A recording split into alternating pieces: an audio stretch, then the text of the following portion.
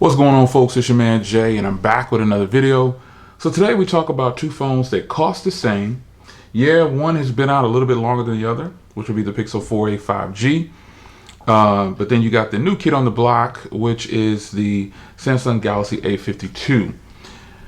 So, and this is 5G. A52 5G, Pixel 4a 5G. 5G, folks, 5G. So, first thing I want to say is these cost $499. Both of these cost $499. So if you have $500 or your budget is $500, you know, this is what it is.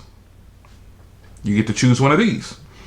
So the price tag, does it warrant, you know what I'm saying, like what you're getting here? So first thing, another thing I want to say is that you can get both of these on a promo at some point or another. Like Samsung always has these trade-in deals. You can find trade-in deals for the 4a 5G. You can even find the 4a 5G. I paid $350 for mine through Google Fi without any kind of trade-in. They offer promos sometimes. So you have to look online and find promos. Now, we'll leave a link to this particular model right here because this is the global version. And the US doesn't come in any of the other colors, only the global version. So I have the blue version here. So I'll leave a link to this one. And this one, while it is 5G, it's not 5G for the US. You'll just be stuck on 4G LTE, which is totally fine. And it's not $500 for that matter. It's like $300 and something, basically. Just check the link in the description for the latest pricing. Yeah, so let's talk about hardware. And, you know, let's start right there. So with the Pixel 4a 5G, well, let's talk about the Samsung first. The Samsung, you get a 6.5-inch Super AMOLED display, and it comes in a 90 hertz or a 120 hertz, depending on your region. So the global version, let's go into display real quick, and I'll show you what I'm talking about here. You go into advanced, high smoothness. As you see here, this is the 90 hertz version. The global version is the 90 hertz version. So, I mean, bear that in mind. You pay a little bit less for sure. You save $150, $180 by getting the global version, and you still get 90 hertz. So this is a Super AMOLED 90 hertz display, either 100 hertz or 120 hertz or 90 hertz, 800 nits peak brightness. That seems to be a thing now. People talk about peak brightness. And just to get really techie on you, this is Gorilla Glass 5, and just so you know, this is Gorilla Glass 3 on the Pixel 4a 5G. So for those that matters. Android 11, 3.1 on here.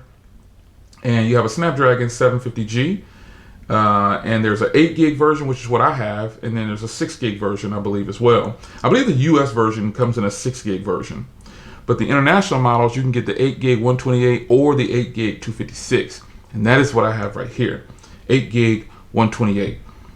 So 64 megapixel shooter on here for the main. You got a wide, you got a 12 megapixel, then you got two 5 megapixels, you got all these different macro depth, and that's pretty much the hardware on here. And you do have a 4,500 milliamp hour battery, I believe, in this one. Yeah.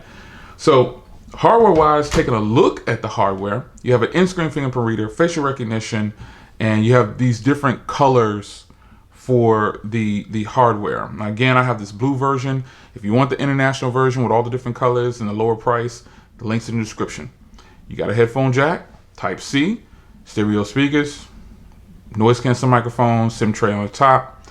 And that in-screen fingerprint reader is, you know, it's okay. It's not the most accurate, and that's the problem with in-screen fingerprint readers. They're not the most accurate. See how I just popped that open and it just comes right on? You're not gonna get that unless you have something like this, a OnePlus. It's gonna open a lot faster.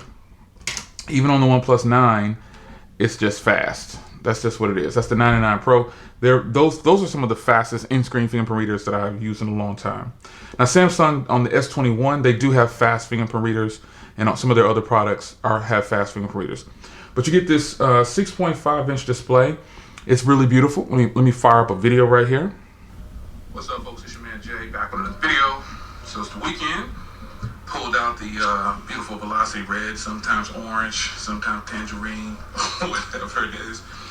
Almost 2,000 miles, man. I'm right under 2,000 miles. So the speaker on here, definitely not the loudest, but you do get a beautiful, beautiful display. Yeah. So the display on here, absolutely beautiful. The speakers are really nice. You know what I'm saying? It's a good look on the hardware. So that is the A52. Now let's switch over to the Samsung, or excuse me, the Pixel. Now, for the Pixel, you get a 6.2 inch OLED display. All right, 6.2 inches OLED. No 90 hertz or anything like that. That's actually on the Pixel 5, which costs a little bit more than this one. Yeah, this is what you get right here. But I'm telling you, folks, this will be one of the most beautiful displays you ever lay eyes on. I kid you not. And I'm not just saying that because I'm Team Pixel. I'm rocking with Samsung still. Stock Android 765G processor in this joint right here, and it's got the Adreno 620 opposed to the 619 on the A52. Now, the flip side of that is this only comes in one configuration, which is 128 gigs with 6 gigs of RAM. But since it's stock Android, I don't think you'll feel the difference, trust me. So you get an 8 megapixel on the front, and then you get a 12 megapixel on the back with a 16 megapixel ultra wide. You got that rear mounted fingerprint reader, which is extremely accurate and really fast. This phone also shoots in 4K 60. Unlike the Samsung, it doesn't shoot 4K 60. It tops out at 4K 30. The battery in here is a 3885 or something like that. Yeah, 3885. And that's what you get with this one overall.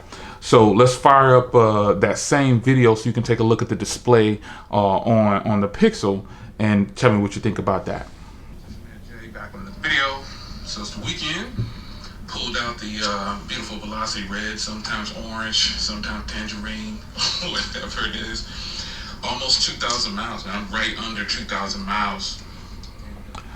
So you'll notice right away, I think the screen pops a lot more for some reason on this one. I don't know what it is. It's very vibrant, very vivid, and it's really nice. So the display on this, to me, is actually really good. Now, when it comes to hardware, comparing both of these, again, you do get that hardware fingerprint reader, and you get the headphone jacks on the top of this one, opposed to the bottom. Some people like when you slip your phone in your pocket, you want to pull it out like this, not upside down, some people consider it. But it does have a headphone jack, just like this one. It has Type-C. And I think the speakers are just better on the Pixel 4a5G. As far as the way the phones look, I like the way the Samsung looks. I think the Samsung A52 looks a lot better, and because there's only one configuration of this one. Now, with that, I think the Pixel 4a is a much more solid feeling phone. It feels fantastic. It doesn't feel hollow at all. Like, you see what I'm saying? It's one thing you have to feel in person, or do that test yourself in person. You'll see what I mean. But anyway, the Pixel may not look as good as the Samsung, but it definitely has the better hardware, I say. Very solid in the hand. It just feels really, really good, man. And the hardware is on for me. So, software-wise, let's close out everything here. Software-wise, you're looking at stock Android. You're looking at a blazing fast set of software here on stock Android. Stock Android is just where it's at. For me, if you want to experience Android, you got to do stock Android first. You can't go to something that's skinned, because it might taint your image of what Android should be. That's just my personal opinion. Now, with that being said, the functionality of the Samsung gives you many more options than the Pixel devices would ever do. You got all these different things you can add over here, these different tabs and panels and stuff like that. And you can do double split screen at the same time without working too hard. You can add anything to that. The functionality of this thing is just like any other Samsung device nowadays, because Samsung's putting all of their eggs into one basket. They're not limiting high-end features to quote-unquote high-end phones, if you want to call them high-end features. Basically more functionality. They're not doing that anymore. They're putting them on all their phones. They want to pull in everybody. Now, the difference is going to be the processors inside from their phones versus the other phones, but other than that, you pretty much get all the functionality, if you would, is just about as the S21 Ultra and all the other newer phones out. So software, functionality-wise, you get more little nitbits and extra little things on the Samsung A52, but personally, I prefer the stock Android. It's blazing fast. Everything works good on it. Now, the processors inside, obviously, this is 765G and this is the 750G inside of here. But I don't think you'll see too much difference when you talk about performance. Man, I didn't hit that in time, that's for sure. I don't think you'll see too much more when you talk about performance. You'll see one might close it, open it a little faster, or you want to see one might pop open just a little bit slower. It's just not, it's not substantial enough. Oh, kind of glitching on me. Look at this. I wanted to go. It's just not enough to where you'll say, oh my gosh, you know what I'm saying? This is much faster. I just think that the stock Android experience with Samsung, or excuse me, Android, stock Android is just the way to go.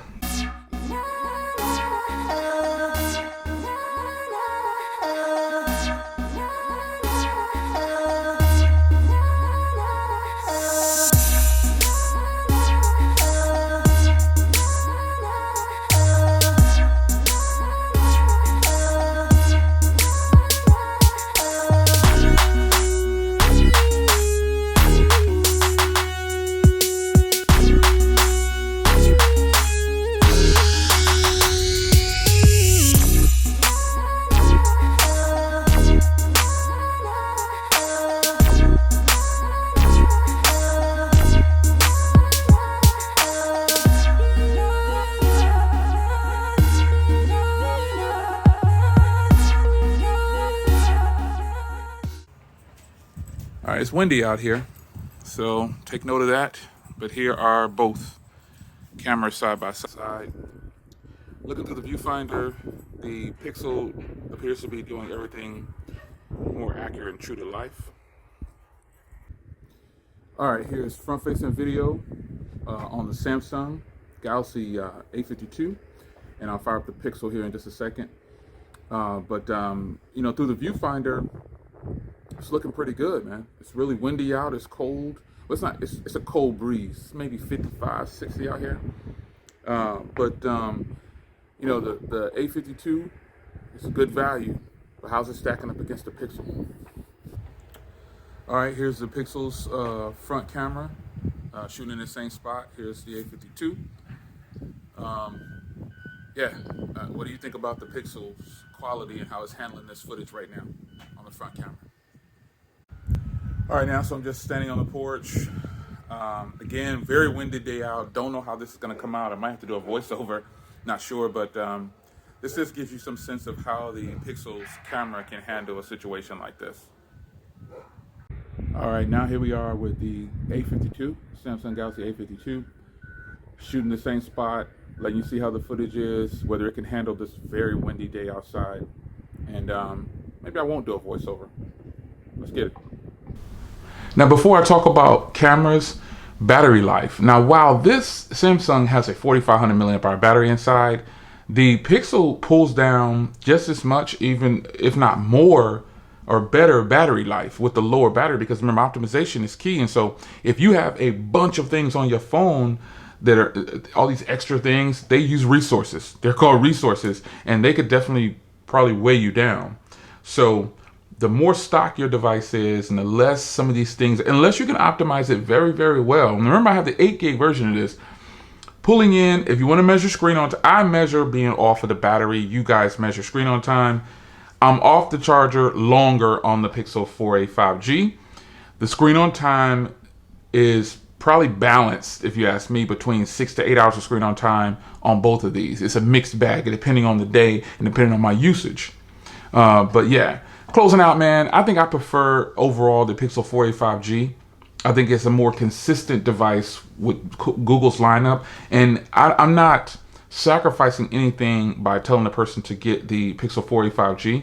They can grab this at some good pricing, sometimes free. I think some people said they got it for 49 bucks. I don't know. Different promos for each one of these devices. But I think if I'm going to tell someone to spend $500, and this is just if you're spending $500, I would definitely tell them to go out of these two phones, go with the Pixel 4a 5G. I like the hardware better on the Samsung. I think the cameras are balanced in the match, if I'm being honest. I think the Pixels are a little bit better, but it's not blowing away the Samsung. Video, I think, looks really good on the Samsung. Pixels, somehow people think they have bad cameras for video. I don't think so. I think the footage is great. But it's amazing how these sensors are handling the lighting, the same lighting, completely different. So obviously, I think photos look much better on the Pixel 4a5G. Not that they're bad on the A52. It's just that the Pixel 4a5G, the Pixel cameras are just the kings of photos, and now they're starting to get close in video. So, you know, good hardware, very good video, good performance, everything on the A52. It's a great purchase. But if you have $500 and there's no discounts, I would tell you to go with the Pixel, solely because it's just a clean slate and the performance is going to be there. The hardware looks better, like I said, but it feels better over here. The rear mounted fingerprint reader, way better than the in-screen. And then the facial recognition on here, even though this has facial recognition, it's better than using the fingerprint reader, I would say. But it's still not that great compared to other phones that have facial recognition. And then when you start to talk about previous year's flagship or some current flagships that are close in price to this $500 price tag, if it has facial recognition, it's probably a little bit faster than this right here. So overall, tough match, but I think the Pixel edges it out by just a little bit. What do you think? It's your man Jay. See you in the next one. Take care.